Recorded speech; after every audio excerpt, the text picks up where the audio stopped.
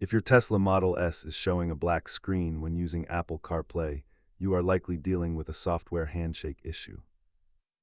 Data shows that the vast majority of these display errors are resolved simply by forcing the infotainment system to reboot. Let us break down the troubleshooting steps to get your display back in action. Start by toggling your phone's Bluetooth, inspecting your cable, and verifying your Tesla software is fully up to date. These issues usually stem from a corrupt Bluetooth cache or an outdated CarPlay profile stored in the vehicle. Perform a hard reset by holding both steering wheel scroll wheels until the Tesla logo appears on the screen. Try these resets first before assuming there is a hardware failure requiring a trip to the service center.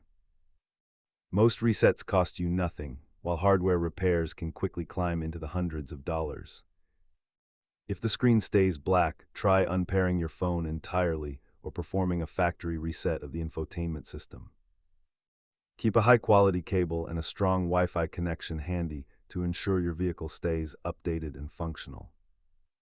Remember that these systems sometimes take a few minutes to fully reinitialize after a forced restart. Thanks for watching. If your screen is still black after a reset, it is time to contact Tesla support.